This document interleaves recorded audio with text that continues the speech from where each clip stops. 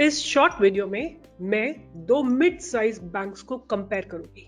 नाम है Federal Bank and IDFC First Bank. सबसे पहले फेडरल बैंक जिसकी करंट वैल्यू है रफली अबाउट 153 रुपीज और आईडीएफसी फर्स्ट बैंक इज रफली between 82 to 85 rupees.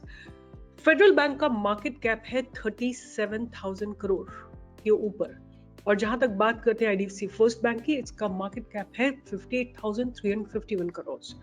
Net profit federal Bank का है 1,067 crore, whereas IDFC First bank का नेट प्रॉफिट था 716 करोड़ इन Q3।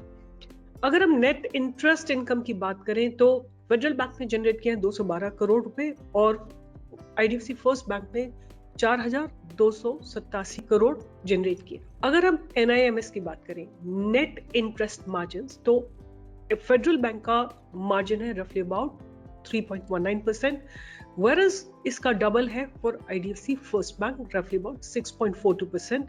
एनएनपीए net non performing assets, अगर हम फेडरल बैंक की बात करें तो 0.64% है और आईडीएफसी फर्स्ट बैंक की बात करें तो 0.68% है। नंबर ऑफ ब्रांचेस की अगर हम बात करते हैं तो फेडरल बैंक की रफली अबाउट 1418 ब्रांचेस है, वेयर एज आईडीएफसी की 897 ब्रांचेस है।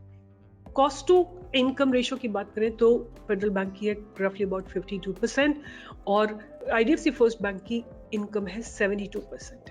अगर हम 3 महीने के रिटर्न की बात करें तो फेडरल बैंक की रिटर्न है रफली अबाउट 3.13% और आईडीएफसी की नेगेटिव रिटर्न है -4.12%। एक साल की रिटर्न की बात करें तो फेडरल बैंक की रिटर्न है 15% और आईडीएफसी फर्स्ट बैंक की रिटर्न रफली अबाउट 50%। आप चॉइस बना सकते हैं। मेरे हिसाब से दोनों ही बैंक्स अच्छे हैं at this point of time.